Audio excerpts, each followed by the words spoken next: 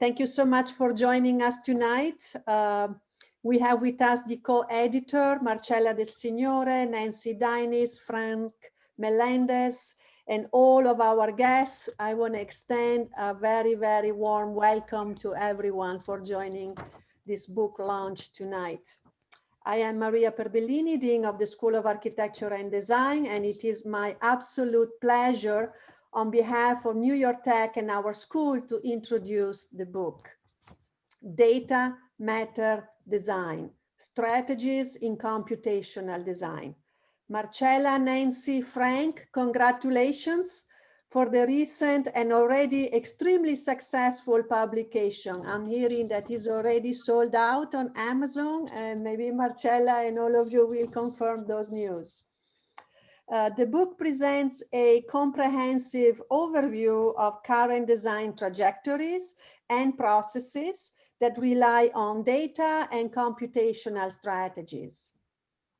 Through a wide range of curated projects and text by leading architects, urbanists, and designers, the book articulates spatial, experiential, and performative configurations within urban ecologies, emerging materials, robotic agents, adaptive fields, and virtual constructs.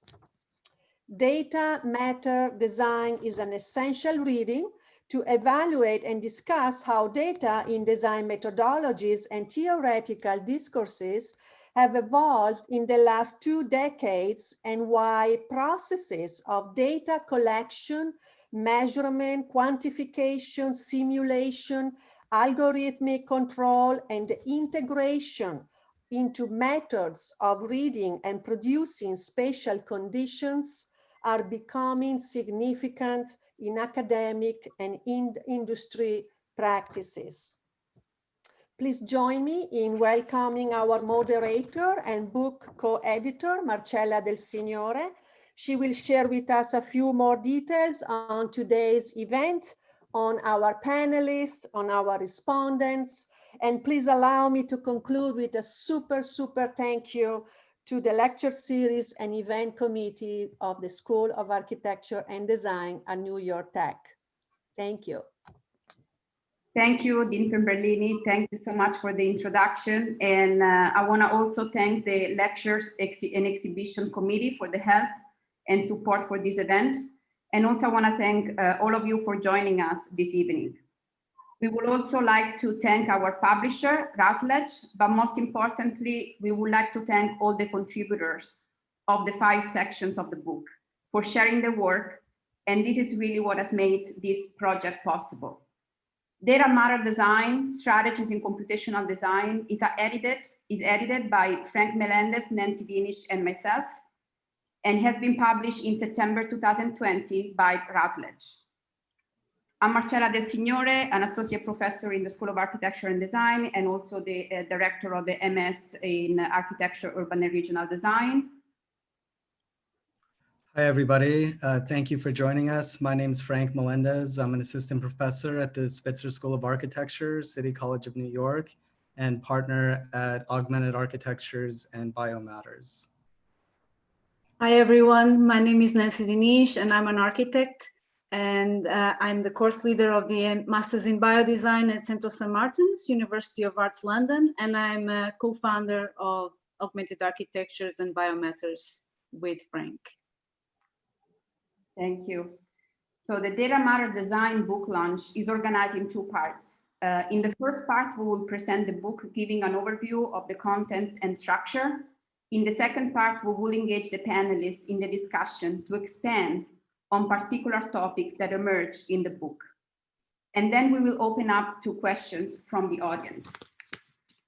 So tonight we're being joined by a great panel of respondents. Thank you, all of you, for being here. We really appreciate your time, and we look forward to hearing your thoughts on these topics. So I will start with introducing the panelists. Randy Deutsch is an architect, educator, author, international keynote speaker, and AI researcher. He's a clinical associate professor at the University of Illinois at Urbana-Champaign, Since 2011, MELENDEZ has authored 6 books that deal with design, technology, and the future of practice. He's a licensed architect, having designed 100+ large, complex, sustainable projects, for which he received the AIA Architect Award in Chicago. Jeremy EDMINSTON is an associate professor and director of the Master of Architecture at CCNY Spitzer School of Architecture. He's also the founding principal of System Architects, a research and design practice that seeks to evaluate the relationship between inside and outside environments. His latest project, the An Historic Townhouse, currently being completed in Tribeca, received unanimous approval from the Landmark Preservation Commission and has already received many honors and awards. Matthew Ford is an architect and educator. He's an associate professor at NYT School of Architecture and Design. His research combines the collaborative nature of structure and architecture, technology in teaching fundamental structural concepts, and larger implication of technology in the built environment. With Jeffrey Kipnis, he curated and exhibited an exhibition titled By Other Means in Venice during the 15th Architecture Biennale. Pablo Lorenzo Roa is an associate professor and director of the MS in Architecture, Computational Technology at NYT School of Architecture and Design. His work focuses on architecture, urbanism, ecology, and computation through information-based representation, and construction system through material, robotics, and digital fabrication. Sean Rickenbacker is an architect, urbanist, and urban data researcher, and an associate professor and director of the J. Max Bond Center for Urban Future at CCNY Spitzer School of Architecture. His research directly confronts the complex intersection of spatial equity and social and economic impacts of place, space policies, programs, and design through the lens of urban data, forensic, and design research. Alan Syed is an architect, designer, and educator, and the principal of Invivia, an award-winning global design firm. He's an associate professor in practice at Harvard Graduate School of Design and the director of REAL, the Responsive Environment and Artifacts Lab at Harvard. His courses and practices focus on technologically driven architectural design, exploring the potential of media and technology integrated in the built environment. Anthony Vanke is an assistant professor of technology-based urban planning at the University of Michigan, Taubman College. His research considers the use of digital data and pervasive sensing technology to design, plan, evaluate urban environments, and spans the discipline of urban design, urban technology, innovation studies, and public health. Jason Van Nest is a licensed architect working in New York City, a building information modeling and virtual design and construction consultant, and also an associate professor at NYT School of Architecture and Design. As BIM and VDC consultant, he has helped several world-renowned architectural firms to use advanced technology to improve their projects' delivery workflow, including Shop Architects, HWKN, Cook Fox, Blue Plus, and others. Thank you all again for joining us. So we're going to start with the book's presentation, and then it's going to be followed by the panel discussion. So I will start with sharing my screen.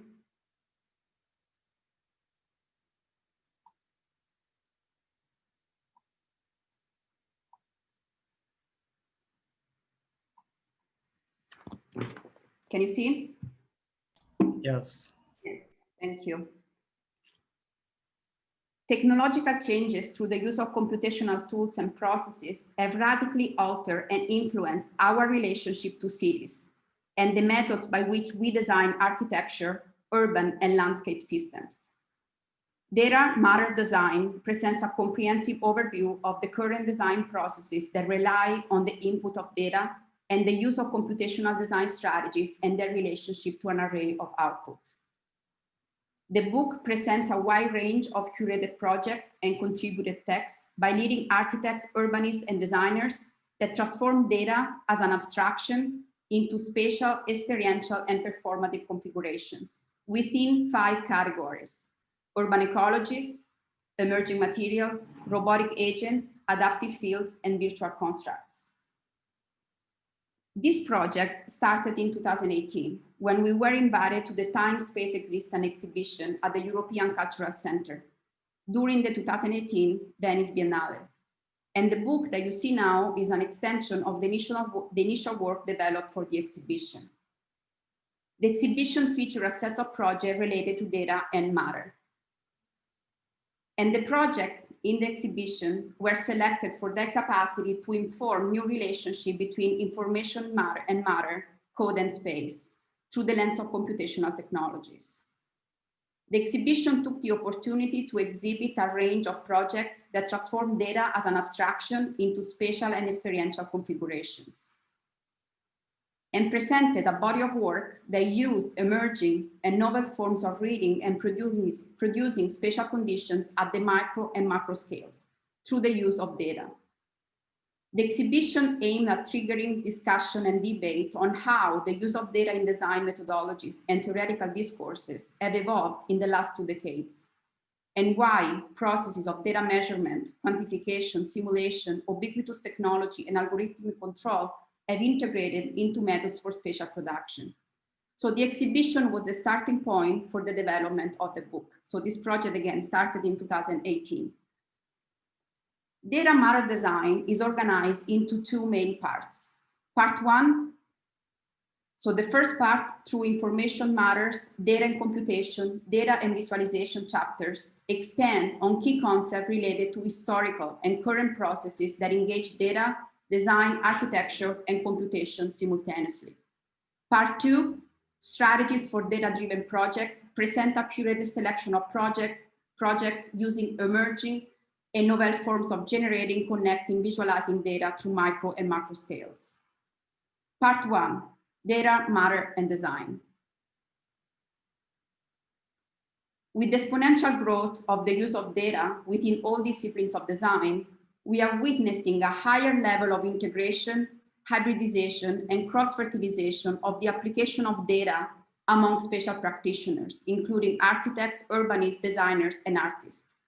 There are 2.5 quintillion bytes of data created each day at our current pace, but that pace is only accelerating with the growth of the Internet of Things. Today, for the first time, we have more data than we need.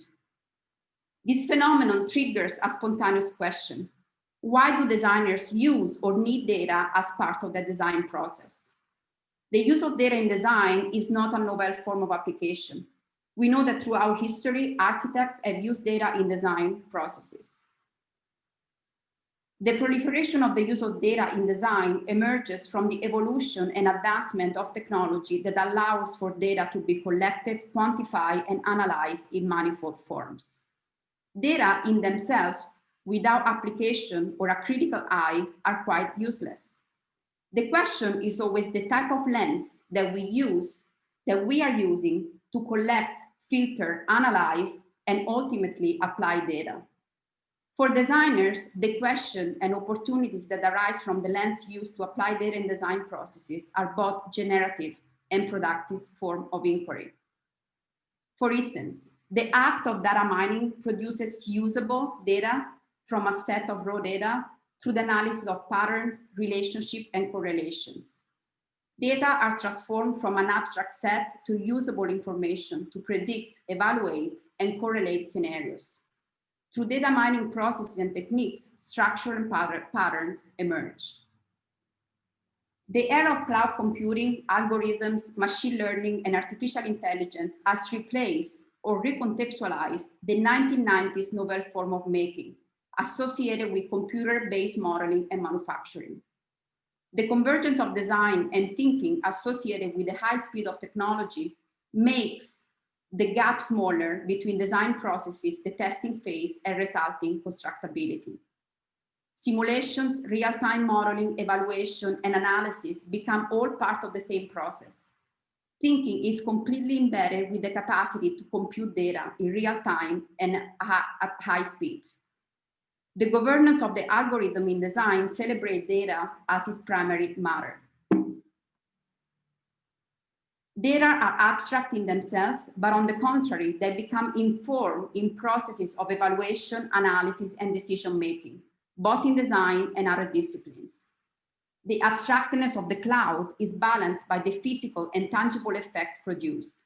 For instance, if we think about the high impact of data centers on the physical morphology of cities, we become immediately aware that the remote cloud is actually highly physical in its manifestation.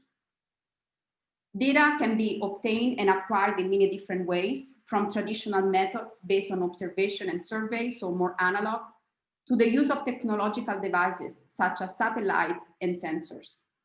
Today, architects and designers have the ability to work with large amounts of information and collected data. The ability to sense, collect, and access data opens up new opportunities for architects and designers to make informed design decisions. With the increasing complexity of cities, urban conditions, ecological relationships, and technologies, the ability to work with data is becoming increasingly necessary in design workflows and protocols. Computational technologies continue to advance at an accelerating rate, becoming cheaper, faster, and more accessible. This unprecedented access to computational technology and resources for accessing and acquiring data allows for novel approaches to design and fabrication of architecture and urban environments that are embedded with intelligence, responsive, network, automated, simulated, and scanned, ever increasing the blurring of boundaries between physical and digital space through data-driven processes. Even though we are using data every day, architects and designers are still struggling to fully incorporate data in design processes. Often they are seen either as too abstract or only part of a portion of the design process. Data should not be seen as the final target or the end goal, but as one of the drivers to inform matter. Part 2. So in part 2, we're going to introduce the projects, the data-driven projects included in the 5 sections. So the strategies for data-driven projects comprises of 5 sections, including projects and contributed texts that cover a wide range of approaches to designing with data within urban ecologies, emerging material, robotic agents, adaptive fields, and virtual constructs. Number 1, data and urban ecologies. The increased urbanization and connectivity in cities have triggered the rise of data produced from the urban environment itself. The number of technological devices embedded in our urban fabric is more than we think. From sensors, global positioning systems, automated systems to locative media, we are immersed in an entangled ecology of ubiquitous communication infrastructures. This information is generated by the socio-technical system in which humans are increasingly entangled by choice or by necessity. The set of projects presented in this section aims to provide an overview of how data in urban space are both generative of possible design strategies, as well as the primary triggers of conditions yet to be explored. Urban syncopation explored through urban sound data the representation of a 4D time-based diagram of urban activity in downtown Toronto. Eco-induction 3, rezoning New York City through big data, understands the city of New York as an urban topological space environment with the purpose of rethinking the whole city as a set of interrelated spatial temporal systems. Data are Matter explores through the MIT Sensible City Lab projects on how data become actual matter, the same matter able to transform spatial experiences. Data field, data infrastructure through water ecologies, explore how data implemented through systemic approaches can be a powerful tool to design in vulnerable ecosystems. Buoyant ecologies connects architecture, marine ecology, and advanced composite manufacturing to develop innovative material strategies for resilient waterfront structures. 2, data and emerging materials. Data and emerging materials work with environmental and biological data sets to define design workflows. Some projects present the mounting awareness of energy and material resources, scarcity, global warming, and how other environmental concerns has brought unprecedented change to how we relate to the physical environment, requiring us to reassess conventional methods of material selection, mass manufacturing processes, and performance. Sustainability, recyclability, eco-efficiency, and zero waste, for example, are guiding the development of the next generation of materials, products, and processes.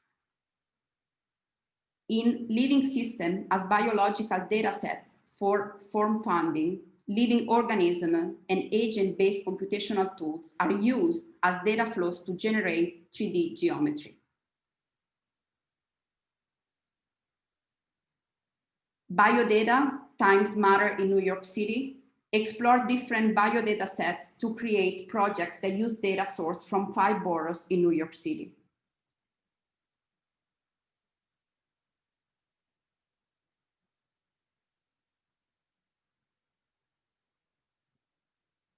In carbon negative building materials, the creation of new material responds to material efficiency as an answer to resource depletion as a means,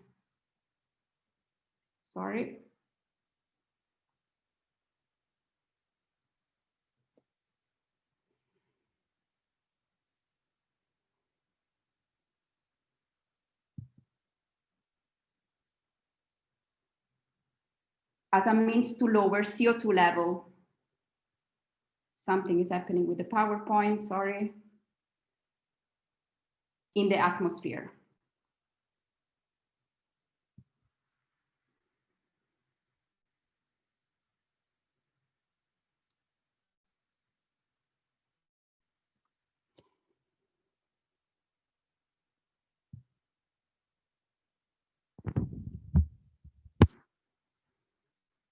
Can you see? We can see, but it's not advancing to the next slide. You're on carbon negative building materials. Okay, hopefully now. So let me just do that for a second. So in 10 short films about fog, fog is used as a data, as a bioproduct of continuous feedback loop between air and surfaces of land, water, and object.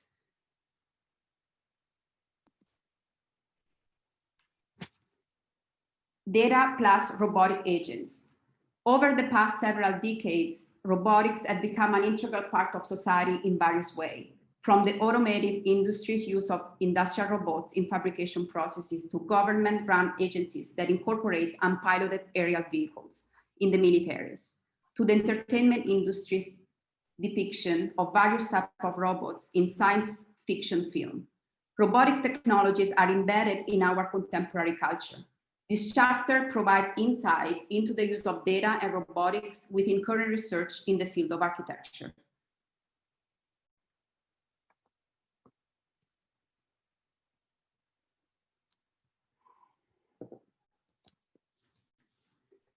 Robotics as a storytelling experience medium studies the potential of both industrial robots and cross-reality platforms, specifically augmented reality as a possible medium for storytelling, environmental ambience, and user experience.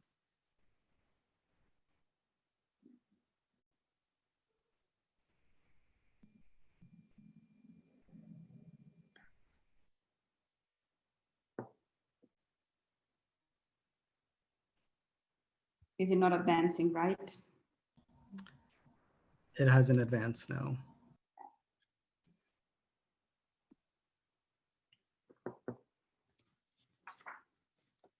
Let me see one thing.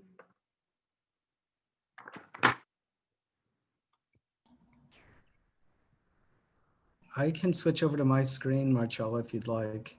Mm-hmm. Let me just see one thing here.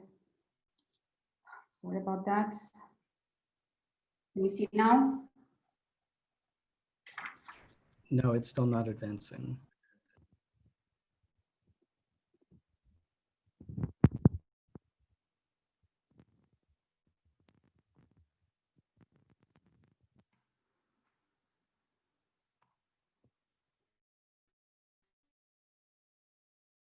yours. Let me see here.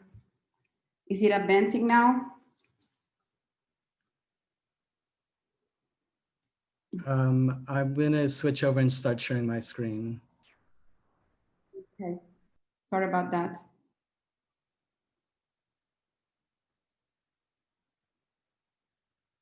Okay, go ahead. So we can go back to the, okay, great. Data and robotic agents. So next slide. So robotics as a storytelling experience medium studies the potential industrial robots. So the next project, JAM architectural structures, the imprecision of data within digital models to control IRS is combined with stochastic aggregate behaviors using readily available and ubiquitous materials.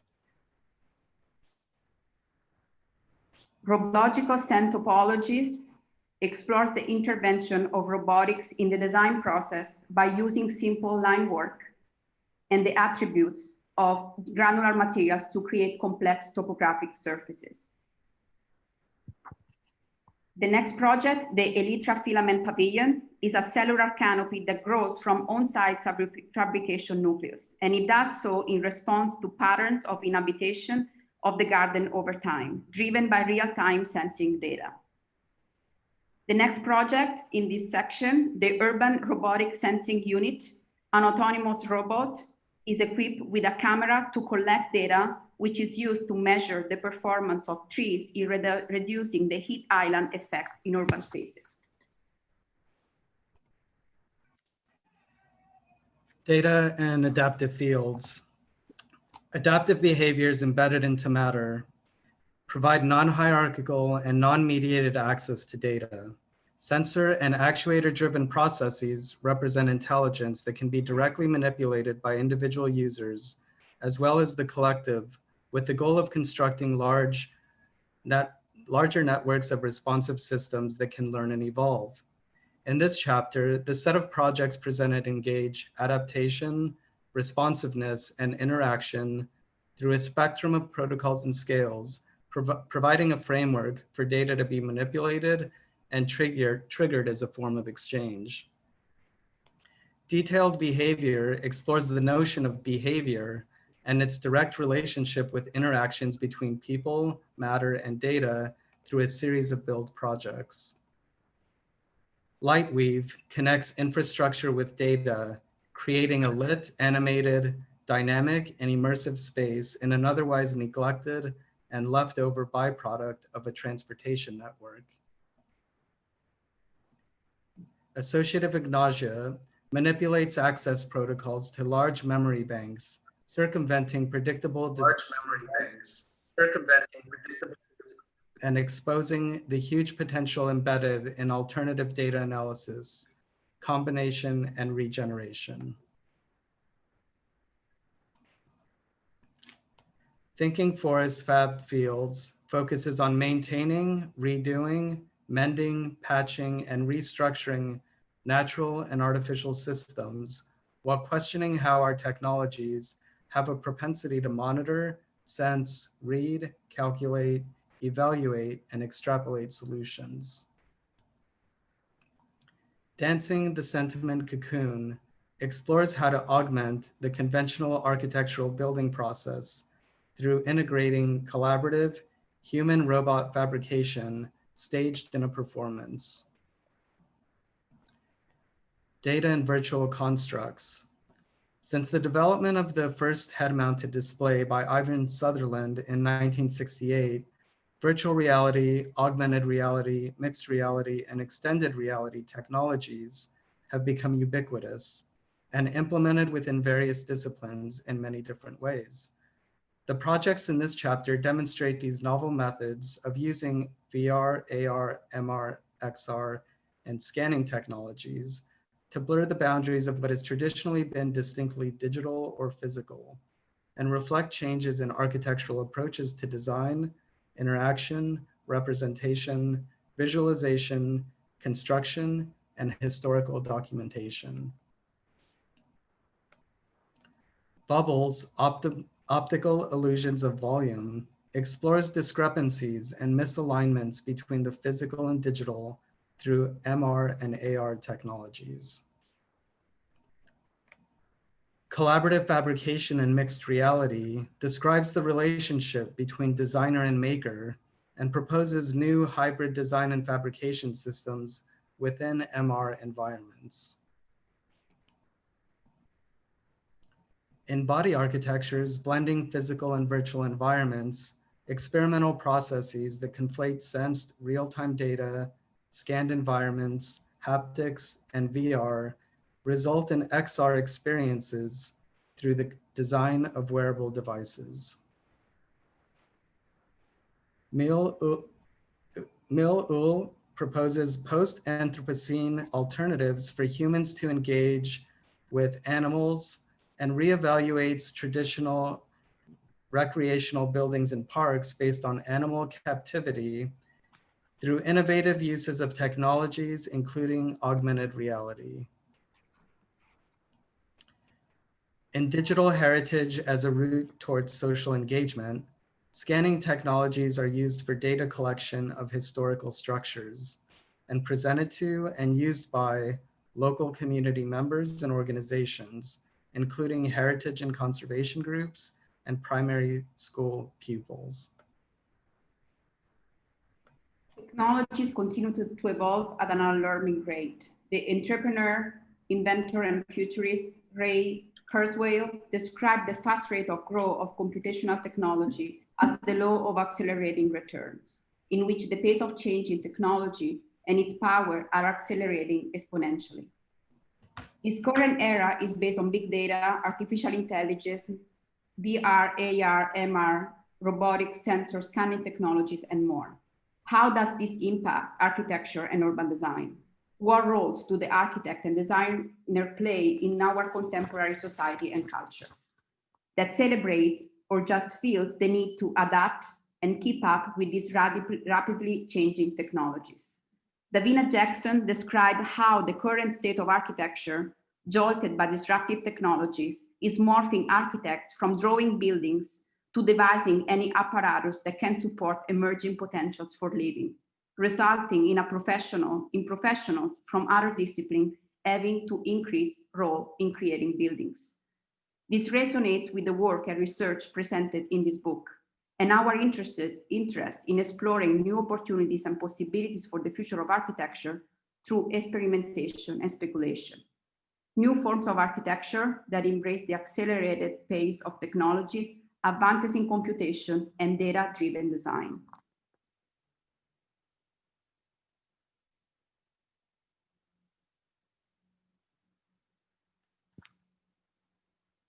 We can end with the video.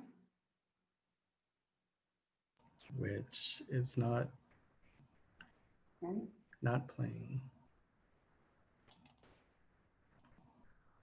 So from now, so thanks again, everyone. So this was the introduction and looking at, again, the overall framework, but also how the different projects that you see in the book are developed.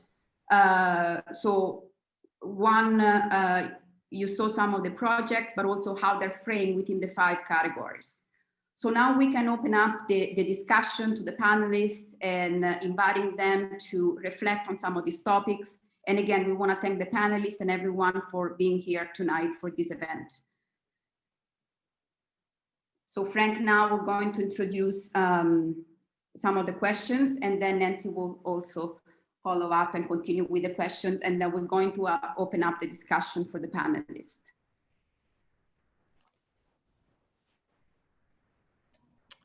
Yes, great. I'm looking forward to hearing what our panelists have to say. It's really great to have you all here and participating. So I thought we would start by asking a question to Sean and Anthony. And in putting this project together and looking at some of the different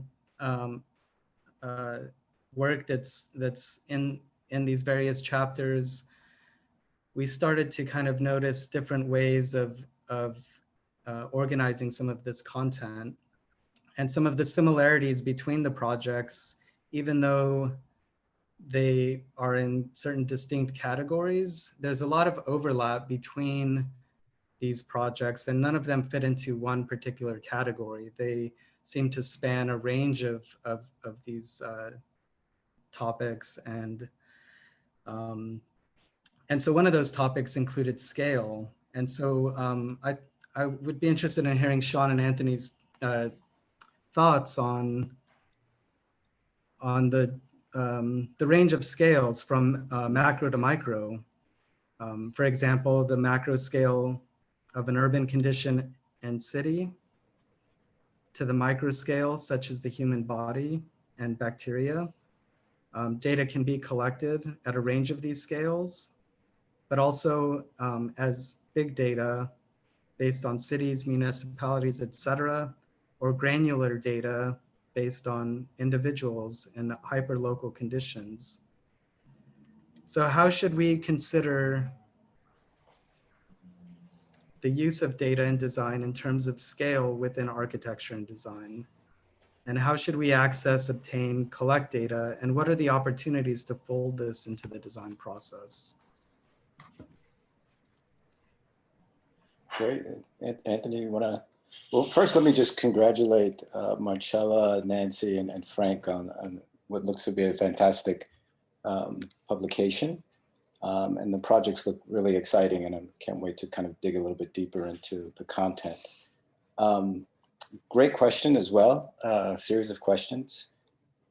You know, my interest in data happens to be at a quite large scale, but it has been forced to realign itself with the context that I find myself working in. So that's communities and the urban environment. But yeah, how do we consider the use of data in terms of scale within architecture and design? I mean, I first thought, Frank, from hearing your question, number one, carefully, quite honestly, right, that high quality data is now a commodity and with an extremely high value.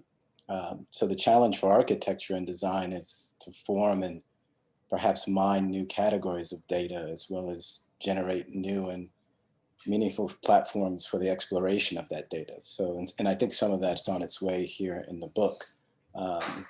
You know, some of the industries that I often refer to when trying to think about this question of scale is, you know, like the medical industry or the supply chain industries that, you know, really have created a series of categories that best fuel their interest and how they do their work.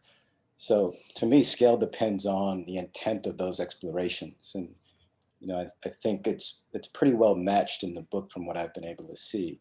But those explorations and the kind of scale of the individual or the scale of an organization or the scale of the city seems to be what's at stake for, you know, architecture and the design discipline. So, you know, and I guess the caveat here with regards to these various scales and data itself is, you know, the caution of not fetishizing certain aspects of data, whereby, you know, we're just consuming it as opposed to what I think is the real value of producing it. So assigning or discovering new categories would be, you know, one of the goals I think we have as a kind of profession of designers. And, you know, how do we really sort of create value within our own kind of expertise, if you will? From my end, first, I actually wanted to also congratulate you. This is a fantastic book, and also, you know, the exhibit that preceded this. You know, I think they've been both successful in not just framing the discourse or framing a discourse around design, space, and information or data, but also looking at the breadth of ideas. You literally have a building that produces oxygen using microbes to ways that we can now inhabit the space of data, both physically as an artifact, but also in XR, AR, VR. So congratulations on curating what is an enormous amount of work. And, you know, for me, I'll put on a designer hat before I put back my kind of social scientist hat. You know, the Bauhaus was famous for saying that they considered everything from the spoon to the city.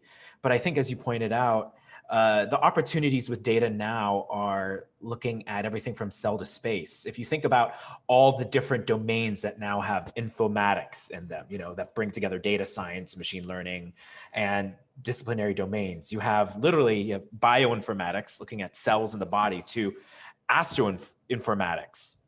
But what I think is actually very interesting, especially when we think about the role of architecture and design as we're conceptualizing it, is that it's the relationship between people and space. But the data can actually go beyond people or persons as kind of a meter scale, right? And space is not just an architectural scale or an urban scale, but we can go beyond, and the aggregation of all of that across these scales. So the power is that you can understand behaviors of individuals collectively in a city by looking at social media data, cell phone data. You can look at the DNA of a cell aggregated within the collective biome of a neighborhood, which is now some of the work that people are doing, such as BioBot, looking at the spread of COVID, that they're able to do this in real time. You can look at particles of air at the lung scale to the city scale by actually now understanding the inequities of exposure to pollutants. You can think of, the individual body and what we're breathing in to issues of, for many of the New Yorkers, the Bronx, Asthma Alley. So that if we think about architecture and design, it actually expands the physical breadth of practice, but also the spiritual breadth, that we can now begin to think about how architecture and design plays into questions of public health or biology or astroinformatics in, I think, really compelling ways that now addresses some of the most pressing issues that we have in society. And I think I agree, actually, with the idea of we don't just have to be collectors of data. The most interesting part, of this is that now we can actually become the creators of data, that we can think of how we can now utilize these ubiquitous technologies, the sensing, or even qualitative analysis to create data about spaces and people and the things that we care about as designers. Data is biased, but it doesn't have to be biased against the things we care about. And I think as designers, we've been good at thinking about those things that are left out. Now, how do we actually embrace it into this data ecosystem in ways that we've never, maybe not done as earnestly as we could have been? Yeah, those are great responses. And I think that idea of the kind of aggregation of data and from cell to space is very interesting. And how do we begin to create these different aggregations, and also the consumption of data and versus being producers of it. I think some of the ways that architects seem to be engaging with collecting data have to do with using sensors and computation to fold those into their design process. And so maybe we can continue this with Alan and Jason, and maybe pick up on some of these comments that Anthony and Sean have brought up, but also fold that into this topic of data and time. So there's a range of projects in the book that integrate data in relation to time, from big data sets that are collected over long periods of time, years and decades, and that yield certain patterns, to granular data that is collected and uploaded in near real time, that fluctuate and change within fractions of a second. These projects include the use of data that is collected to reflect urban phenomena, like Anthony was just pointing out, particles of air, mapping environmental, ecological, and conditions, to integrate biometric information, and to promote human interaction and behavior. So I'm curious to know some of your thoughts regarding the relationship between data and time in design, and how do you envision expanding upon temporal aspects of data within architecture and urban design?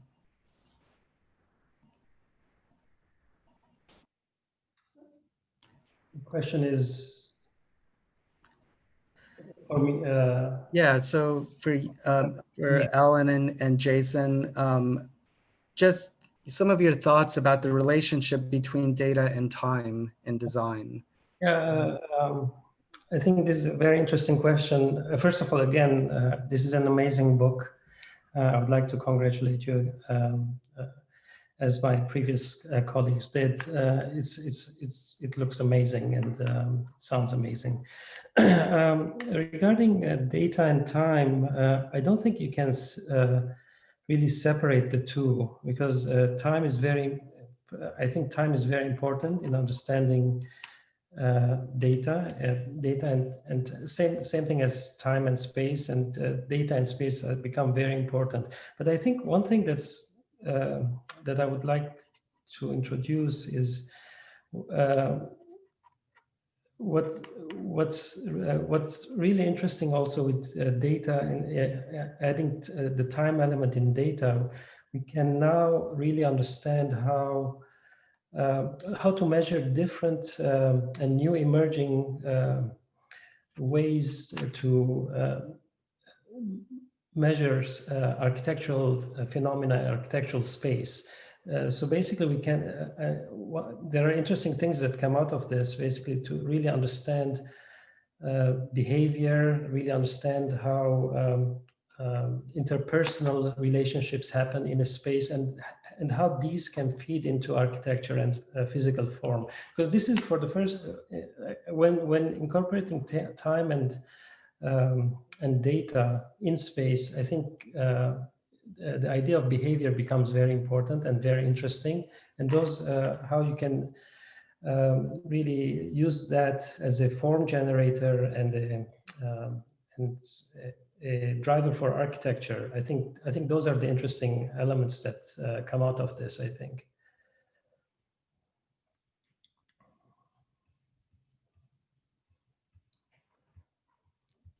I think that's well said. I wouldn't ever, disagree with that, but I think another dimension or two dimensions of what some of the projects in the book begin to bring forward, I think, is first the relationship of time and value when interacting with data. I believe most of the panelists speaking today probably have seen in their career, when design specific data was incredibly expensive at the beginning of all of our careers.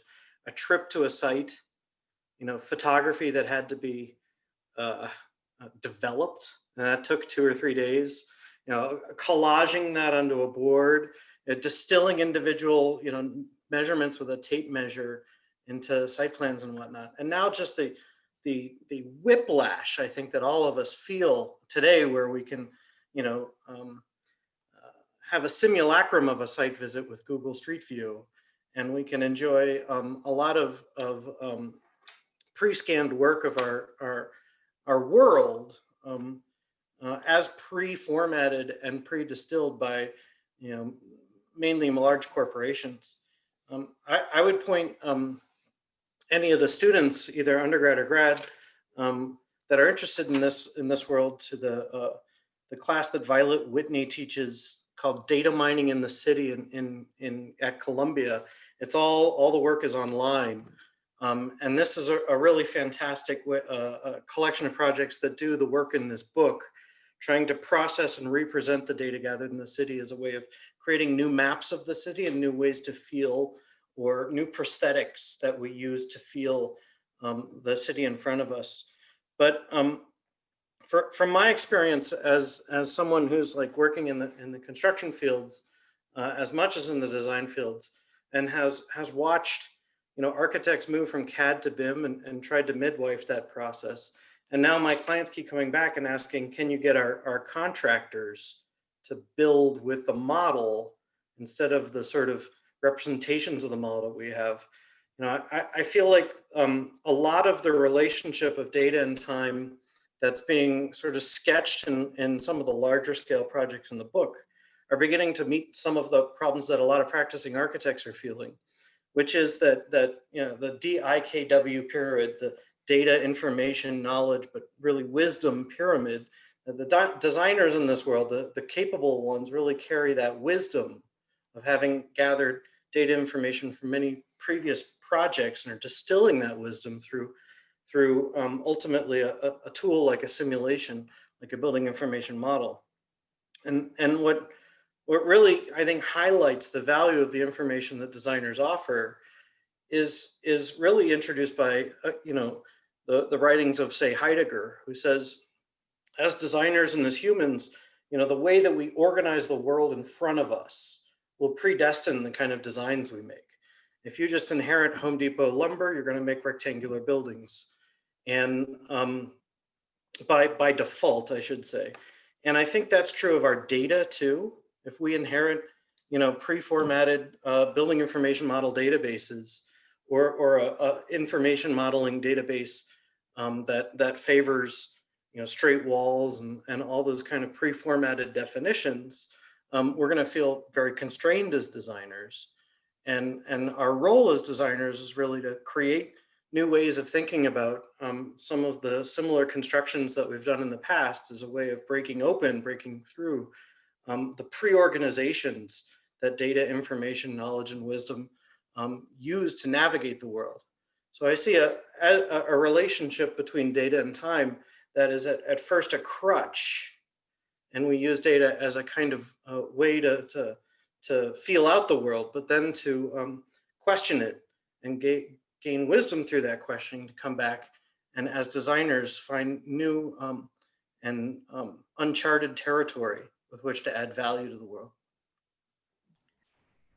Thanks, Ellen and Jason. Yeah, so I think this is an interesting kind of take on time. Does anybody else have any of the other respondents want to chime in on this initial topic of time or scale?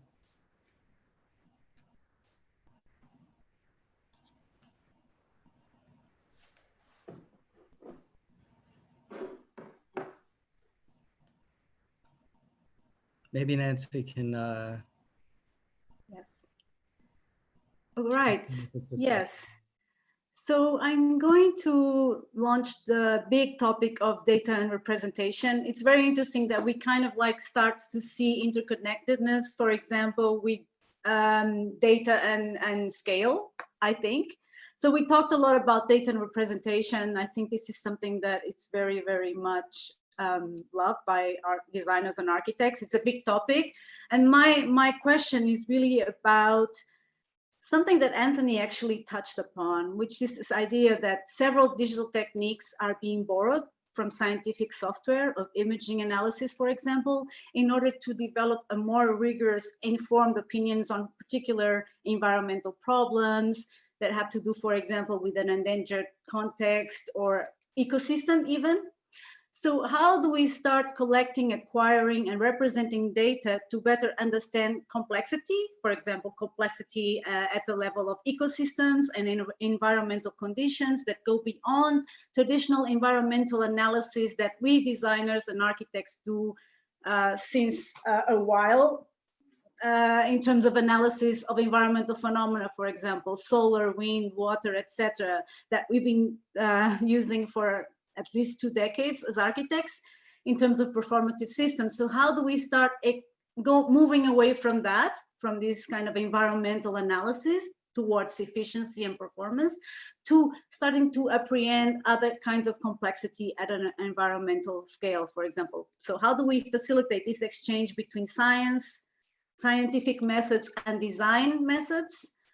And how can data representation and visualization can then be cross-disciplinary in terms of, can become a cross-disciplinary language between science and design? What other methods can we use for this cross-disciplinary collaboration?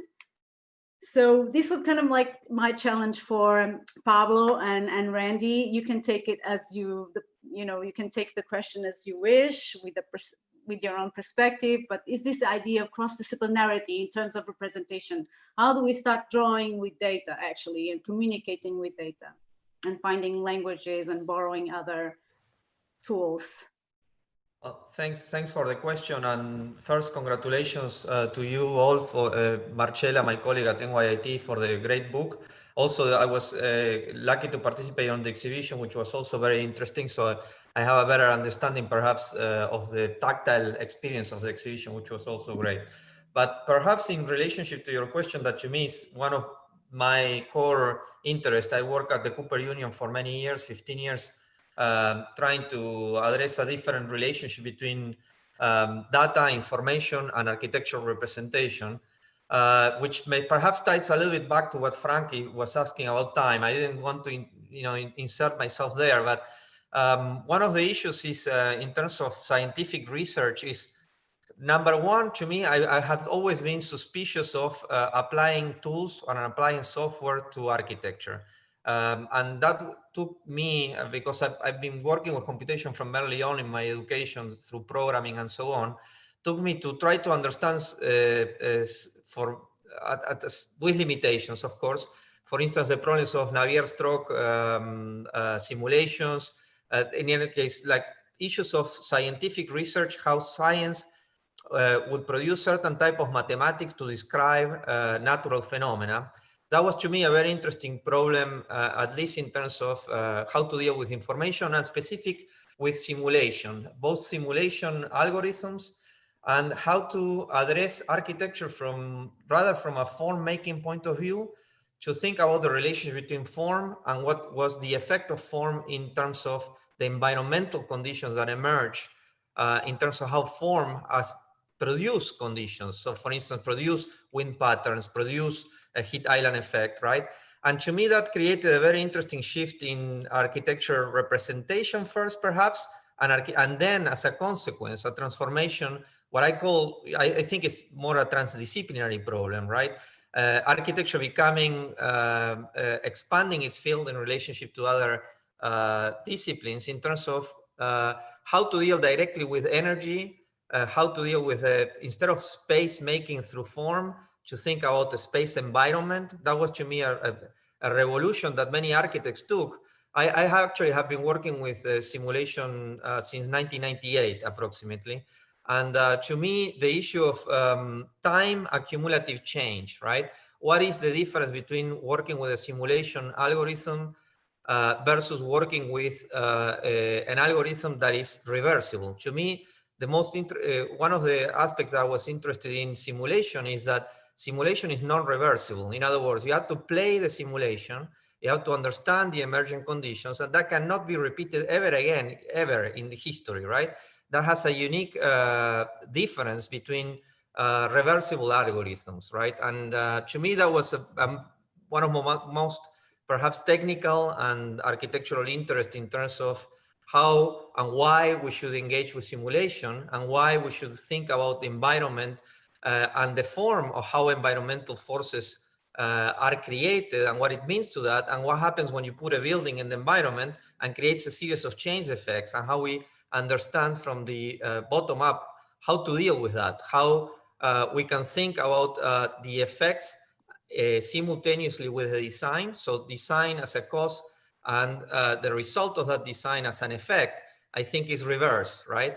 And I also particularly became interested in big data survey, and that flips the equation, because when you do a 3D scanning, you're using mostly simulation software because you cannot handle the amount of data, right? And that's also interesting from a technical point of view and a scientific point of view, because it takes you to a very different paradigm. It takes you to a forensic architecture, to understand first reality before you intervene in reality, and already question perhaps as an architect how you approach what you think your understanding of reality in statistic means, right? Versus how as a designer, and I like to perhaps suspend the word design. I was always kind of suspicious because of some of my mentors, Diana Agres, was also suspicious of the word design. And I think that the design as an intention is totally gone at a certain point with today's understanding of information systems. And I know that many designers, they want to address the issue of designing with data, designing with information, but from a scientific point of view and from a philosophical point of view also, that should be challenged, because if you are designing and just using the form, that you're not addressing the philosophical revolution of dealing with data, which is to understand statistic processes and how you intervene yourself into a series of conditions that are happening from understanding that that is a different type of realm. And that takes me perhaps to the problem of the disciplinary change. I think that we are dealing with other issues, other emerging issues that forces us to think of architecture in a different way. And there have been many architects, and I think here our colleagues that are here with us today are trying to address, we're all trying to address what is the difference, right? So in that sense, I'm very happy to see the different presentations and the different projects. Okay, thank you, Pablo. That was a very passionate response. And I would perhaps like to hear Randy's opinion on the question. Absolutely. First, again, congratulations. Your book is not only beautiful, it's meaningful, and it's an instant classic. It's going to be around have an impact for a long time. Nancy, I'd like to answer respond to your two questions with 3 opportunities. The first one is, as a professor for the last 20 plus years, when I teach design studio or history, I'm teaching buildings as buildings. When I teach professional practice or construction courses, I'm teaching buildings as documents. What we all need to do, this has implications for practice and education, is to teach buildings as databases. And I'd like to give a real quick illustration of that in terms of not buildings, but landscapes. So when Maya Lin designed the waveform, she did it through intuition and through her design sense. When Snøhetta was brought in for the Max IV laboratory in Sweden, they designed a wave field, this time through computation, sort of created places for water to collect and for people to go outdoors. But importantly, they leveraged the data that they used to make the wave field computationally to operate the bulldozers, to actually formulate and make the landscape. And so that is a step up, and that's a new way I think that we need to continue to think about data. The second opportunity, if you imagine 3 balls, and the one on the far left is in terms of the project sequence, it is the client and the owner and the municipality who introduce public and private data. And then on the far right is the operations and facilities and maintenance who will ultimately use this data.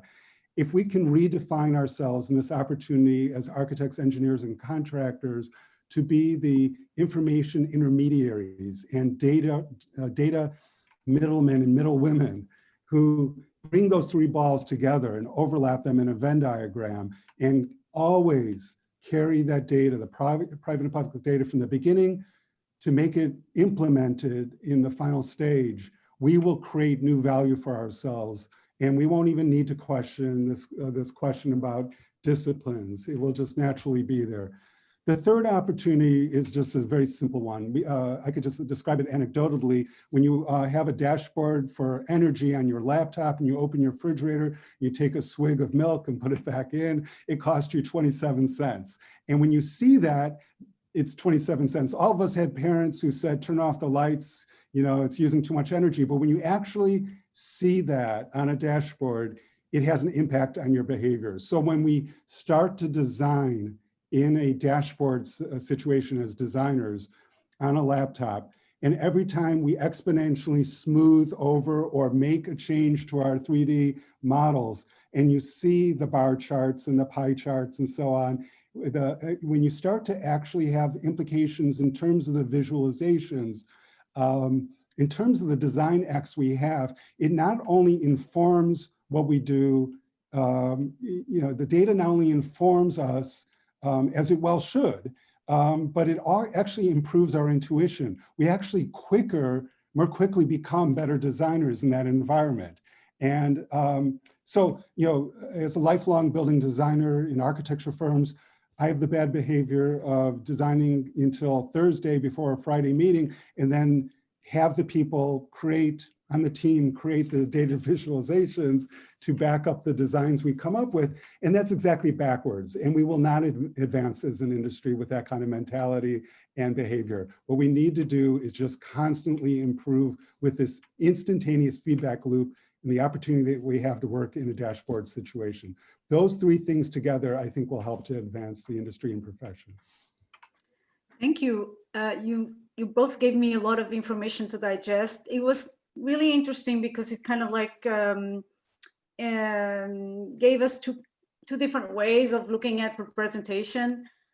So it's kind of interesting that Pablo talked a lot about the suspicion, right, Pablo? You're always suspicious about adapting these kind of more scientific kind of approaches to manipulation of data. So I was kind of not, even though you really worked with different kinds of, I would say different kinds of data acquisition software packages, and you really experimented with that. And Randy, it was kind of interesting as well how you kind of like kind of confirm architects as this interpreter, right? This middleman. So it makes the case for this interdisciplinarity to naturally occur in our profession. So I think the point was more or less like we've always been cross-disciplinarians, I would say. But now we are kind of like pushing more in terms of effective. I mean, the question was more about how do we push for that? How do we actually enrich our tool set in terms of data representation? I mean, there was a lot of information to digest. Maybe we can take this to the Q&A. So I would just like to continue. The next question about, and this one is directed to Jeremy and Matthew, that of course have to do with materials. I mean, we all are very passionate about material-driven processes. And the last question leads to this idea of data and material fabrication. So as we know, data-driven fabrication processes have allowed making processes to develop through varied new practices. We've been witnessing a lot of tools related with 3D printing, integrating VR and AR workflows, to on-site robotic fabrication using local materials, this ambition to reduce waste and transportation costs. So we've been witnessing a lot of efforts with designers towards this idea of, ecological efficiency. So what are the opportunities and challenges for sourcing these new materials? So going back to this, our beloved, very deep connection with materiality, as opposed to traditional ones that we all been using, like timber, masonry, and stone, for example. So do these new modalities of production and output reflect an automated assembly, structure, material construction processes? So have they changed the way we use traditional materials, these new ways of working with data-driven processes? And maybe I'll just let Jeremy and Matthew take the question now. Thanks, Nancy. Before I answer the question, or attempt to, I'd also like to thank you for having me. I'm from another school also, but I've had the great pleasure of having and luck of having Frank as a colleague for many years at City. And I also think this is an amazing book, fabulous book. Congratulations, well done to you all. It's a compendium of data-oriented projects. It's written like a forensic report almost. And I like the deadpan book jacket description, data input, computational process, an array of outputs. It's like the book describes the perfect design machine that we've all been waiting for. But the examples are a proof, I think, that architects are always architects and engineers are often architects, because there's nothing here that is, slightly sort of reductive or efficient. That's promised by so much digital process. It's really rather, the book presents this field of expansive ideas that allows the reader, I think, to question and to imagine.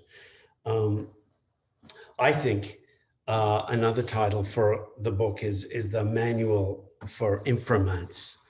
Duchamp's like strange phase change logic, because how else do you possibly describe the motivation behind jam construction?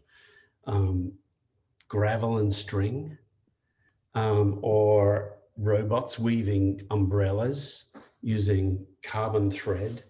I mean, this is a book of magic. So thank you for inviting me, and well done on a fabulous project. To the question of material, I can't offer that much. I offer the opposite. We used our relationship to material as extremely conservative. We came to brick through the Landmarks Commission, Preservation Commission. This argument that the material, stitched our architecture into the neighborhood. We were literally looking for bricks that were made in the 1910s to validate the proposition. We were attempting to understand why locals even liked brick as a material, the sort of tactility of it, the detail of it. Our project was the sort of design and construction of a ruled surface. We wrote the project rather than drew it or model it. We wrote it in Python. Every brick was a data set, if you will. We had all kinds of information about each brick, not just its sort of location in space, but its coloring, its size, its makeup. I think that we had this vast amount of information that could only be useful if it were communicated to the local labor. That's the challenge of, I think, the built project, is how do you connect to the local labor and the logistics of the thing. And that's almost an entirely different process. But what we always do, I think, is look to representation. And for us, that became the production of many, many, many templates. So, the template became the drawing or the model, or the digital model was transformed into, dozens of full-size, some permanent, some temporary templates, along with the production of tools, hand tools, that the New York City bricklayer was able to use and sort of perform the work. I mean, we looked at robots and we tested robots, and we had to discount robotic sort of labor on site. But we would have liked, had we had the opportunity to have a robot on site, it would have been, I think, to put the right brick into the bricklayer's hand. So the sorting process of the building elements would have been in some ways it would have transformed the logistics of the project. Thank you, Jeremy. That was a very eloquent description of your craft. I mean, we can see the craft behind you, so I totally, you know, I can totally visualize.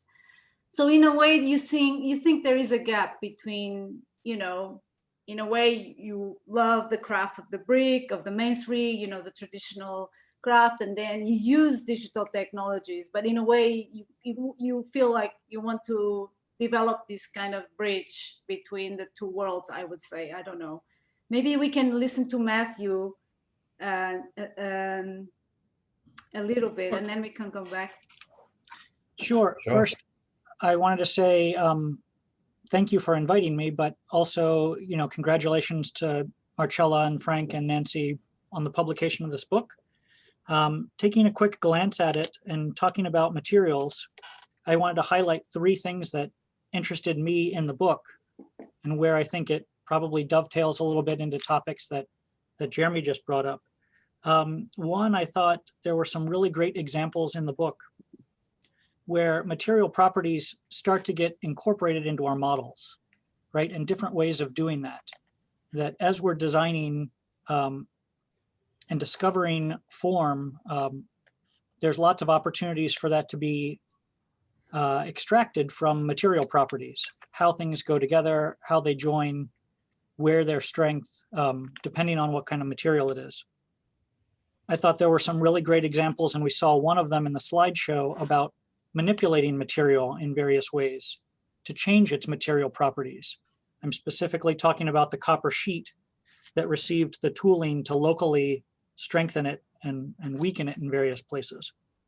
And lastly, I think the discussion about tools and how tools lead to, you know, different forms and different systems, right? You know, Jeremy was just alluding to this, that the robot might be able to pick out certain bricks and that would be effective, but the robot wouldn't be able to lay it down necessarily. Or if we look at other examples, you know, our different tools do things differently. Our 3D printing, our large format additive systems versus our subtractive systems versus bending systems, all play along with the material properties of whatever it is. And I appreciate that this book really explores lots of material outside of the norms, but also a lot of the normal material that we have, whether it be timber, masonry, you know, steel, concrete, they're normative because of the form that it comes to us in, right? I think as Jason alluded to, when you get a 2x4 at Home Depot, you're going to likely tend towards a rectangular building, but that wasn't the form that the wood was in the first place. So if we start to rethink even our traditional materials, and instead of shaping them into rectangular pieces, maybe find more natural shapes for them or other shapes for them that would go along. You know, I just wanted to point out, since I think I'm last on this list so that we can get to questions too, a lot of great pathways that this book is alluding to, particularly for students paying attention to, that they should look at these 3 different criteria. So thank you, Nancy. Thank you, Matthew. Thank you, Jeremy. Maybe we can take it to the audience and allow for some questions. I think you gave us a lot of food for thought. If we have any questions from the audience. Yeah, you can go live or you can put it in the chat, whatever you like, and we'll moderate some of the questions for the panelists.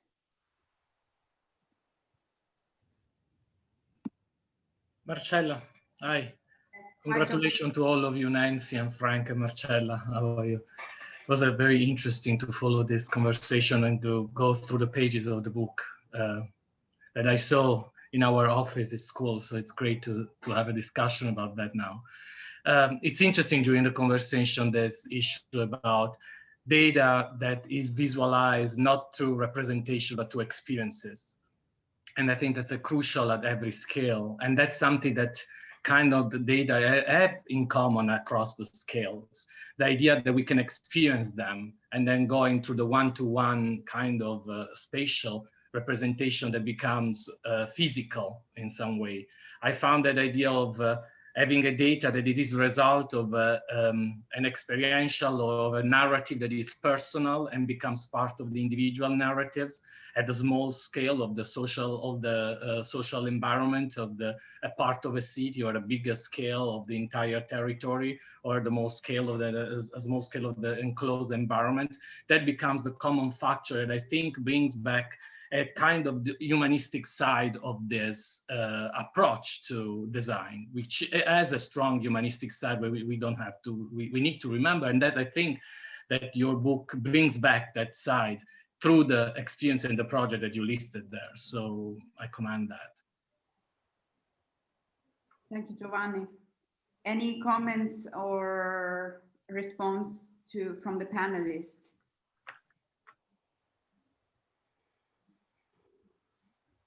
Just to clarify, maybe an issue of representation. By the way, I don't work with software or packages all the way around. And I think it's something that some of the other panelists were pointing out. How do you collect data, and what are the means to collect data? I think it's a terrific political situation where we're going now. And how you access information, I think, is also changing everything for architects.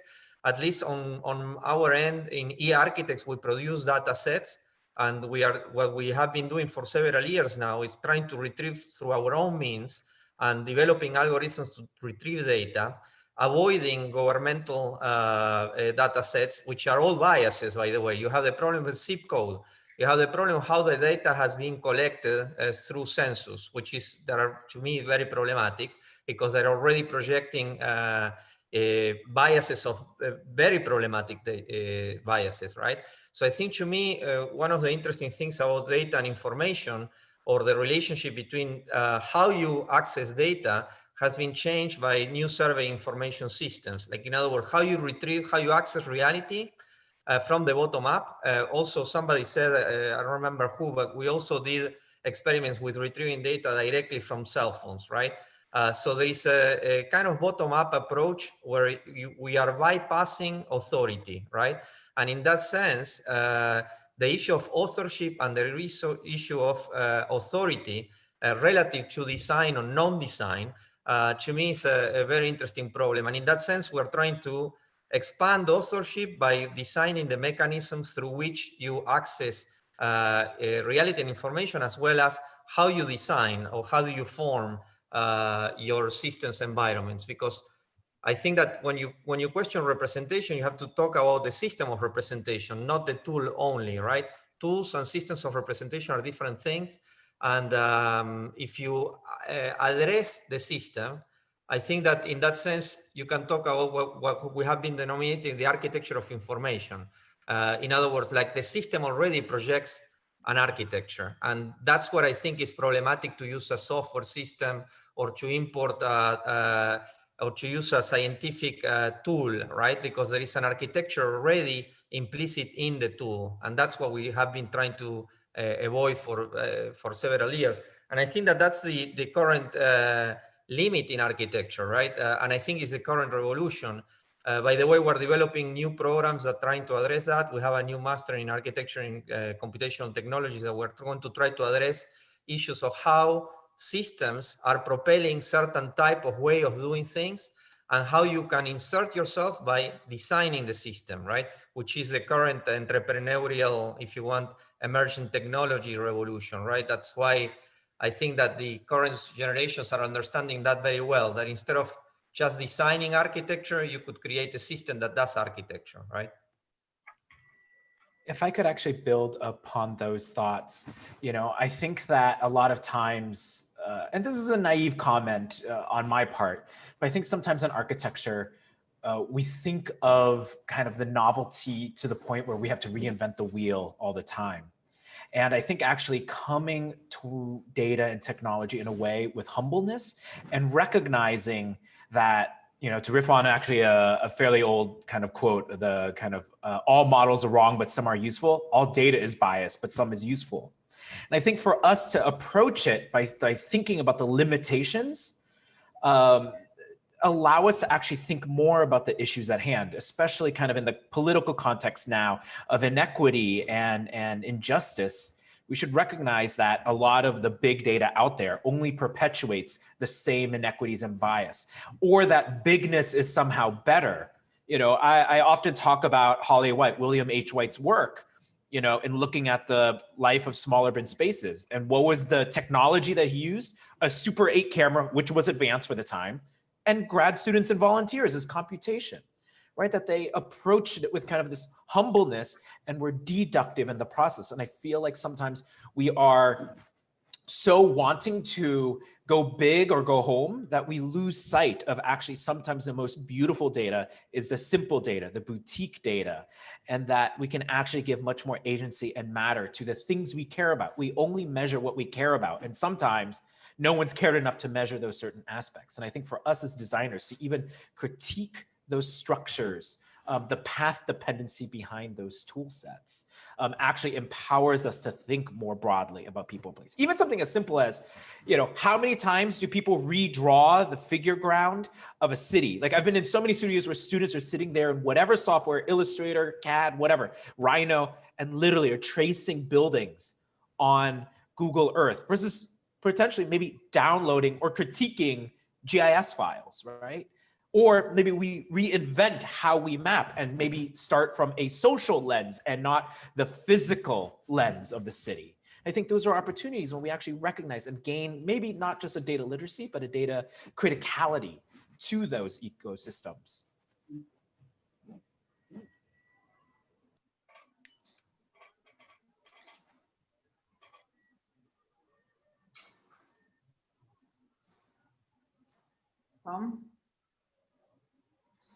Hello.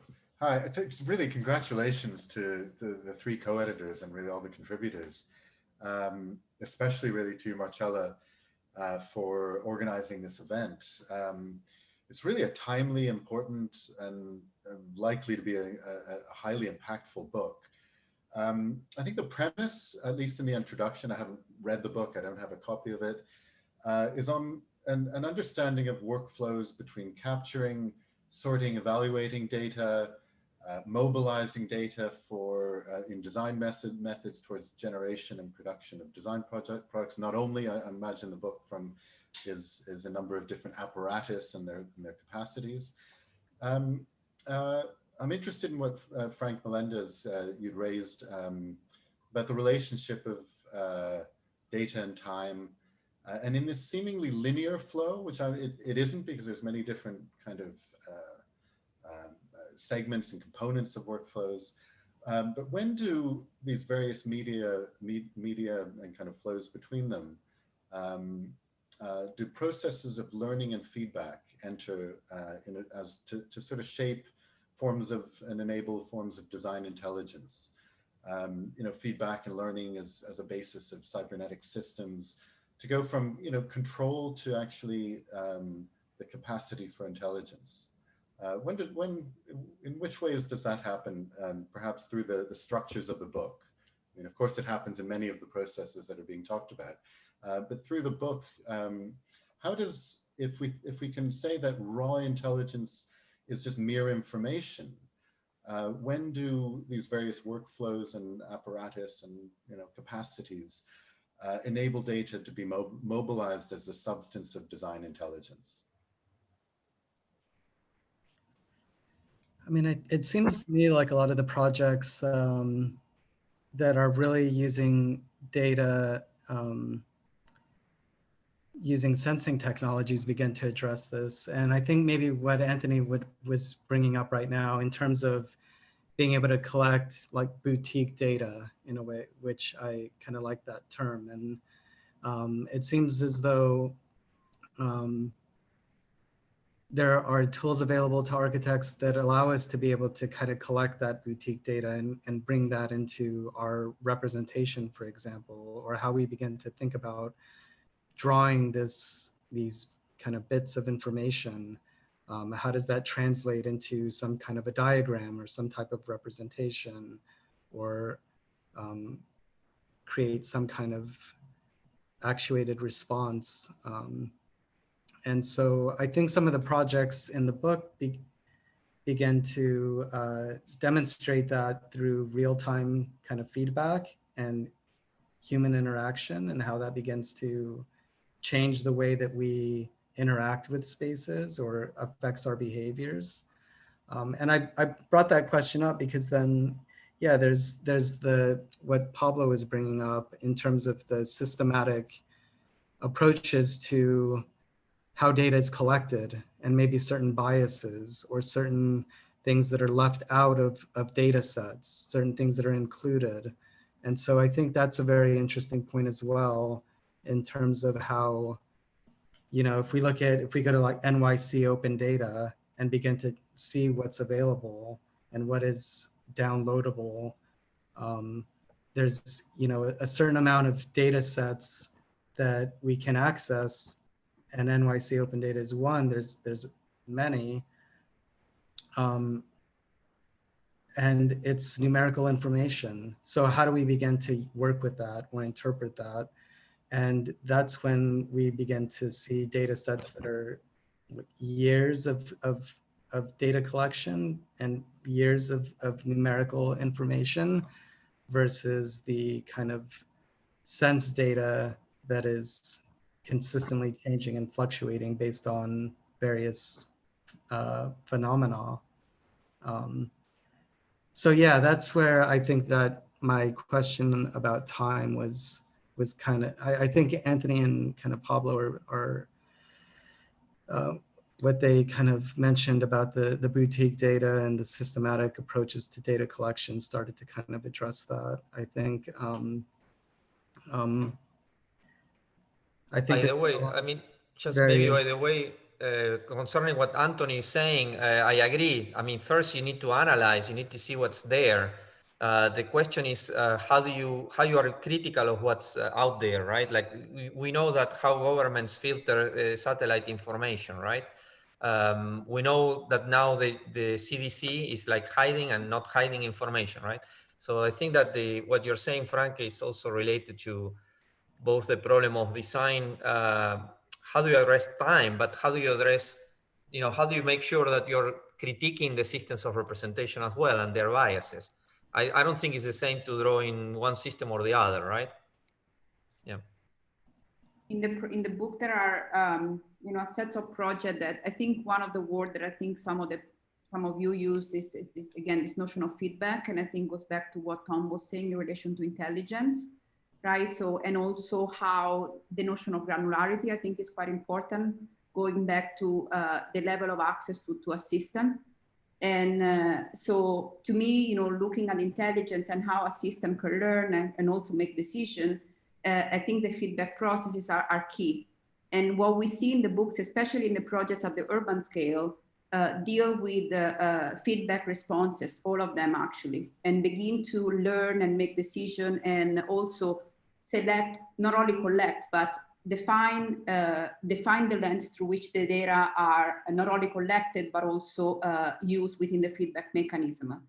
And so I see intelligence again as a kind of as a process of loops, but loops within where intelligence is increased over time by the system learning somehow.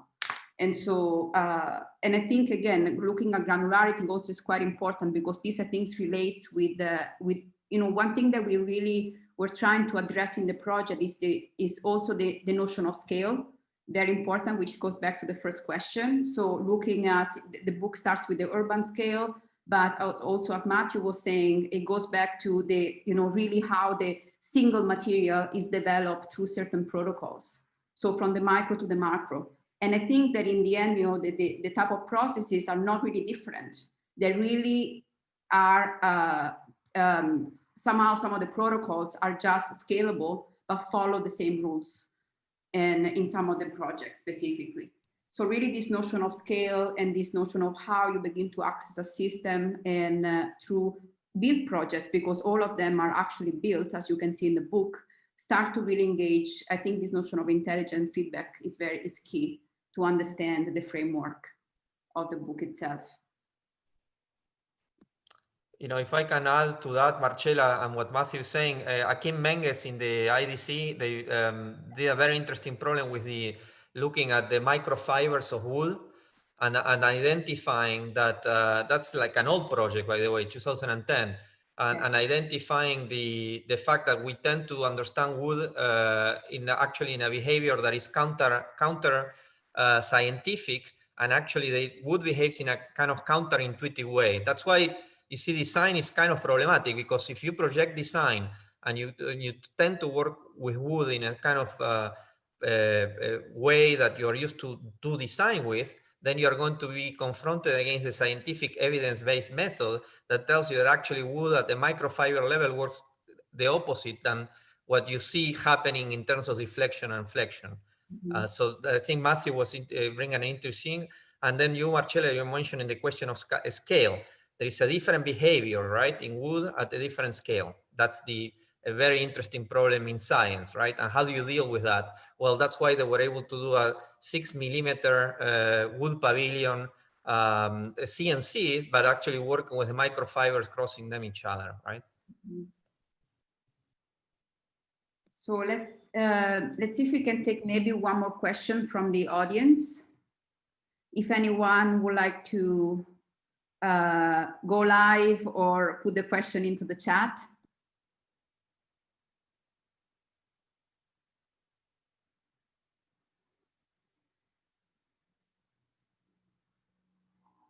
Maybe we can, let's see, I don't see any questions in the chat, but maybe we can end with one general question to all the panelists and to all of us, because the book ends with, the last chapter of the book is actually talks about the future of data.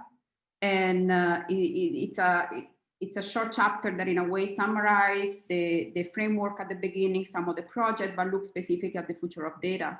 And so maybe we can end with this reflection and question for the panelists and for us, thinking about what are the current, what is the future of data, and looking critically at what are the current challenges also. So not only, the positive and the negative at the same time, the main issues that we face, and how the future of data is connected to the fast pace of technology. But also, since all of us are educators, also thinking about how these challenges might be folded in within design education. And how, again, I think, looking at design education as a key component to begin to perhaps fold in some of these questions and issues within the work that we do with our students as well.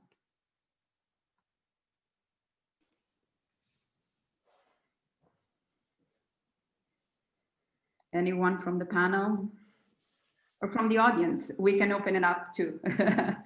Well, Marcella, I guess I would offer a slightly different view than maybe some of the other panelists by just bringing sort of, I think it was James Gleick's thesis from The Information, where one of the big, breakthroughs of the 20th century in informatics that he talked about was the relationship, of data and computation really just being the relationship of language and design. And so to answer your question about what is the future of data for designers, I think you can very interchangeably say, what's the relationship of our language of design to the future of our design? Because language is, I think Sean said it, the currency we use to kind of do these thoughts and calculations.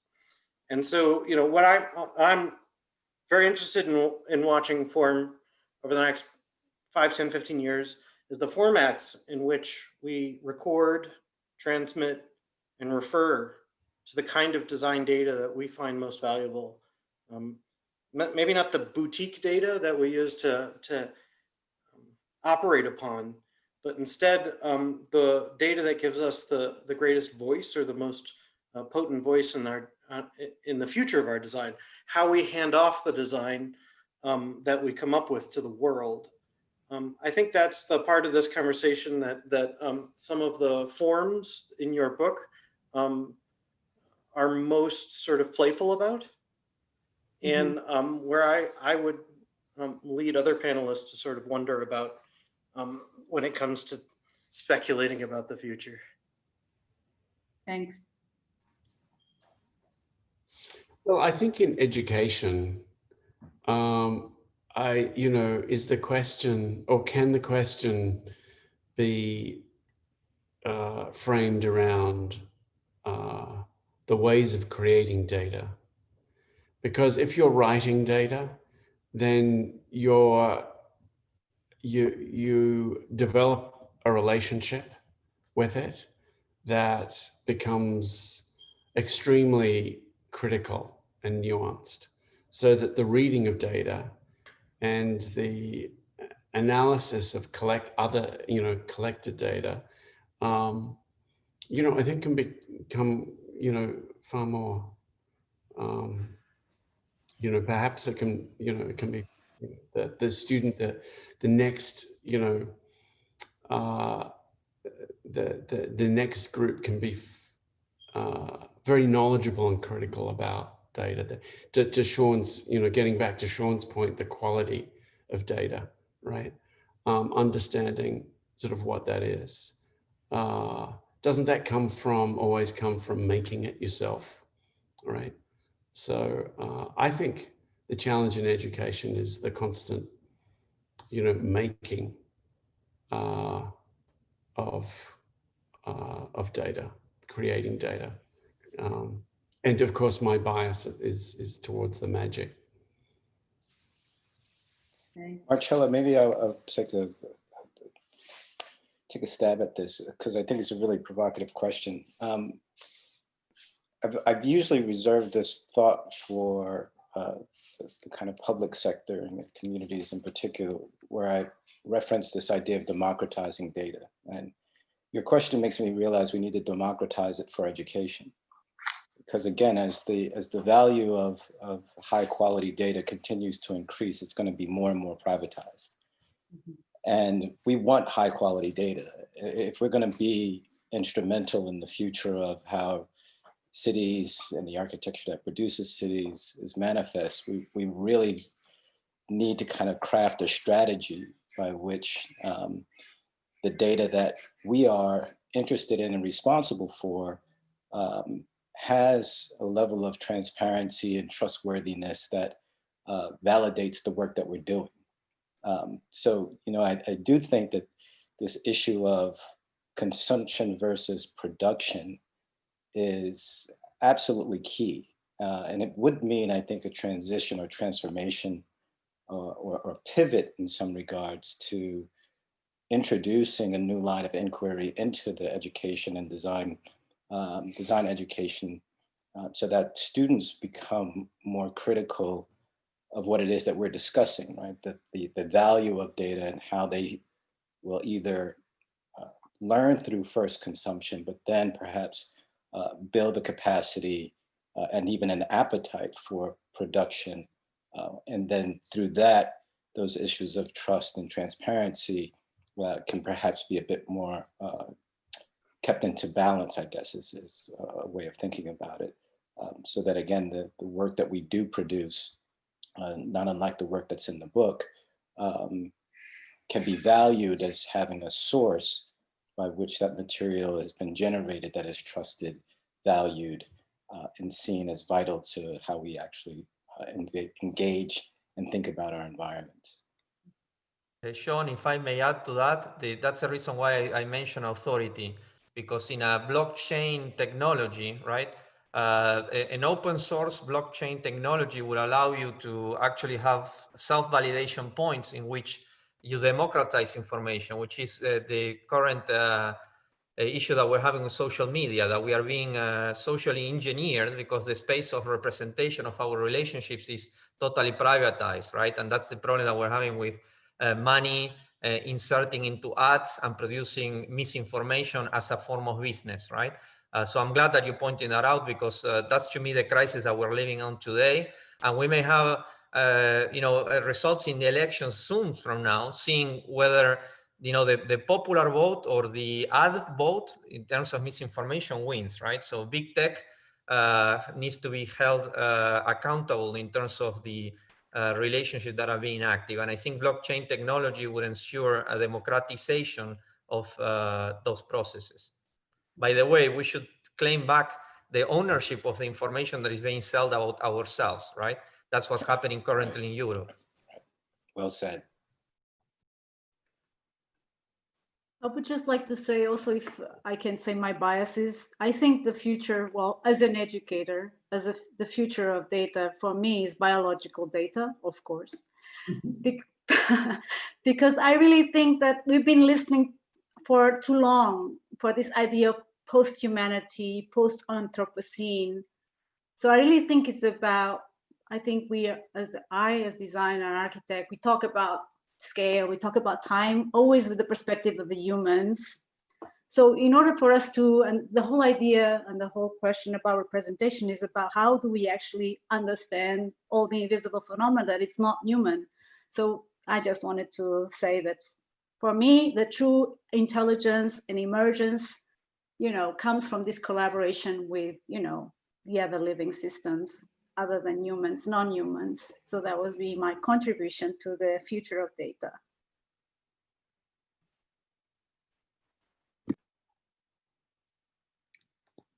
Any more comments from either the audience or the panelists?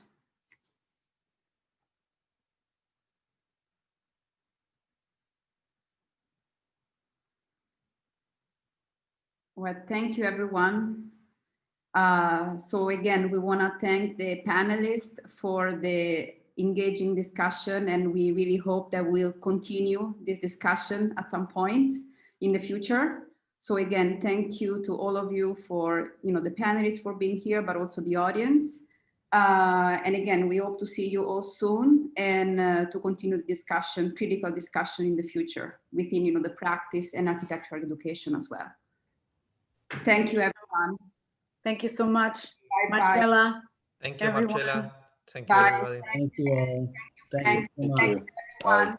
We hope to see you soon. Thank you.